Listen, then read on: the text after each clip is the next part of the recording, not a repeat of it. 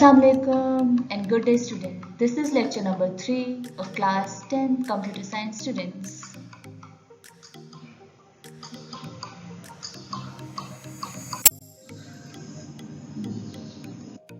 And the topics of the day are high level languages, procedure language, structured language, object oriented language, and characteristics of high level languages.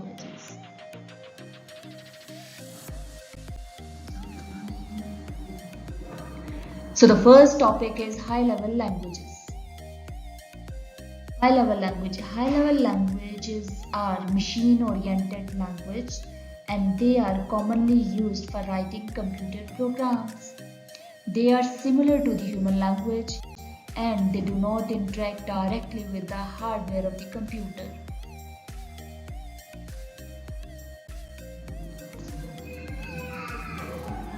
High level languages do not directly understandable by computer.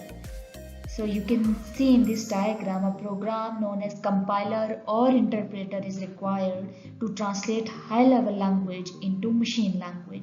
So coding and debugging of the high level language program is much easier than a program written in a low level language.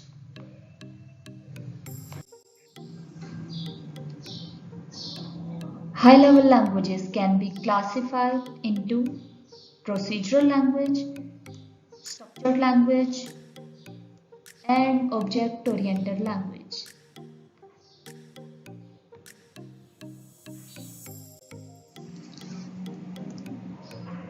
So the first type of high-level language is procedural languages. What is procedural languages? Basically, it is based upon the concept of modular programming. Modular programming, the programs are divided into smaller parts known as module. So modular programming consists of one or more modules. A module is a group of statements that can be executed more than once in a program. So procedure language is easy to design, modify, debug in a program that provide better programming facilities.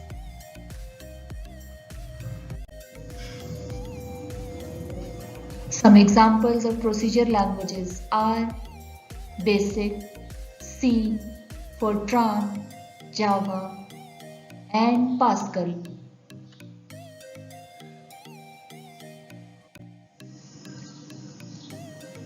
So the second type is structured language. What is structured language? Basically, it is a subset of procedural programming or procedural language.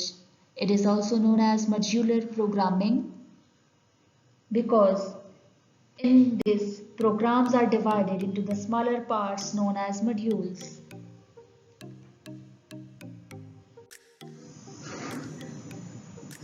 The examples of structured languages are Algol, PL/1, and Pascal.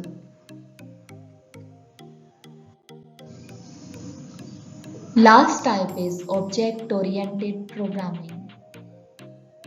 Object-oriented programming refers to the programming method that is based on objects. Object can be student, vehicle, buildings, etc. You can see in this diagram, a person is an object. This is a superclass that can be classified into subclasses. For example, a person can be patient and person can also be a physician.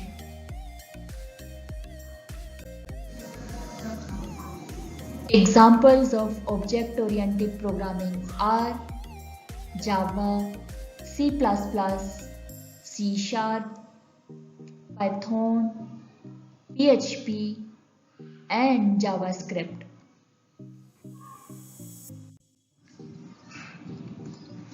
Last topic is characteristics of high-level languages. These languages were developed to make computer programming simple, easier, and less prone to errors. That's why it is easy to learn. Next one is machine independent. High level languages are not machine independent because they enable programmers to write programs that are independent to a particular type of computer.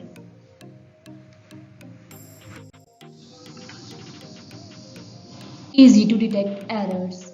The process of finding and removing errors in programs is easier in high level language compared to low level language. Shorter program. Basically, high level language programs are highly structured. They allow programmers to break lengthy programs into a number of modules which can be written and tested independently. This makes writing and testing a program easier and shorter.